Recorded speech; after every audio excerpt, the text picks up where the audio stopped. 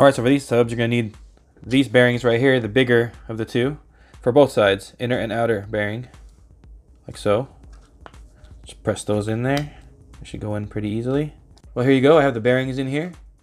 And for these right here, oh, as you can tell, the bearings fell out really easily, so watch out for that when assembling. It might come out before you put it together.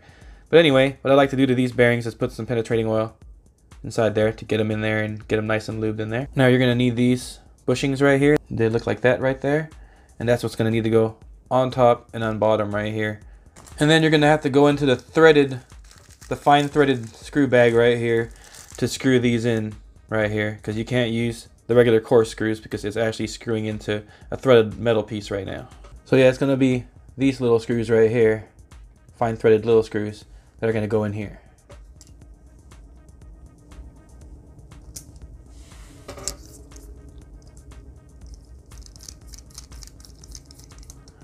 There you go.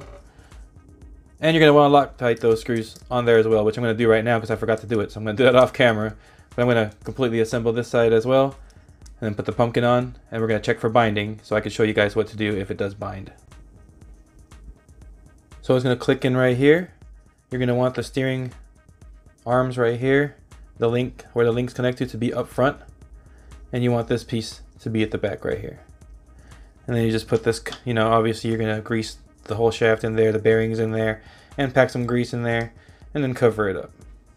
Alright, with the front one all assembled, everything moving freely, there is a little bit of binding. I noticed it's probably the tightest axles I've ever gotten assembled, but when you move it from this shaft right here, it's actually not binding, it's just very tight. So I'm okay with leaving it like that and then just letting it break in a little bit. So maybe you want to leave the grease out of these gears for now, run them once or twice until it feels a little bit more free, then grease them up. Well, clean them up obviously from all the shavings and then grease them up.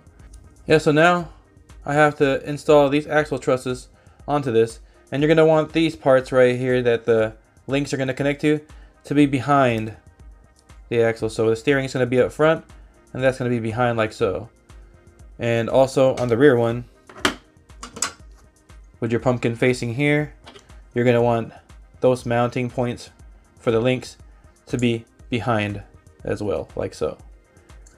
And I noticed they didn't include enough of the screws for the plastic kit, so if I wanted to assemble this with all the plastic stuff it came with, it's not complete for that, but it is complete for the metal kit, which is how most people are probably going to assemble this. But since I'm going to assemble this the way I want to and give it away as a run at RC ready to run, I'm going to go ahead and grab some screws that I have sitting around as spares. And they're pretty much like the screws that went in here, the long screws that went in here. I'm just going to need them for this part right here to go through this and through the axle right here to connect it all together. Alright, so these screws right here that you use to put these together, for these screws right here, those are too long to connect the axle truss to the axles. It actually has to be this size screw right here. So it's a little bit shorter, but it's what you're going to need to connect it, because as you can tell, even that short one still kind of sticks out on the bottom right there. I'm not sure if you guys can see that. But yeah, so that's the closest screw I can get for this. So I'm obviously going to need still shorter ones than that for the real kit. If you have the regular kit, the plastic kit, it'll probably come with the right screws. But this one is the KM kit, so they're expecting you to use the metal stuff. So I decided, since I got this done right here, I might as well finish the steering for it up front. Now you're just going to need this right here, this link. Then you're going to need this shorter link right here. This is going to be the one that attaches to your servo, from your steering link to your servo. You're going to need 3 of these ball links, and you're going to need 4 of your rod ends. So first you're going to screw 2 of these on to here, and then we're going to try to keep these 2 ends like this, so they're parallel to each other, these 2 holes, because they're going to mount on like so on here. And what you're going to need to do is thread this in as much as you can so you get these 2 wheels straight. So once you have that straight and this on there, then you have a good steering setup. And then you're going to do the same to this tinier one right here to make it look like this. And we'll adjust the length once we get all the steering and stuff ready, once we have it all connected with the electronics, so we could actually get the steering to steer properly in both directions. And also, since you're going into a metal piece right here that's threaded, you're going to use this fine threaded screws right here to screw into there. And that just goes through this right here, like so. And then through one side right here.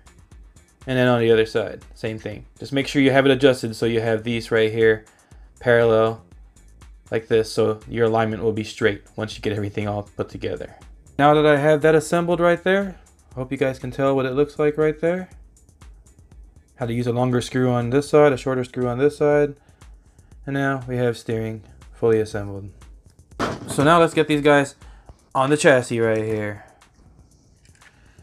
Now it's pretty simple for this guy.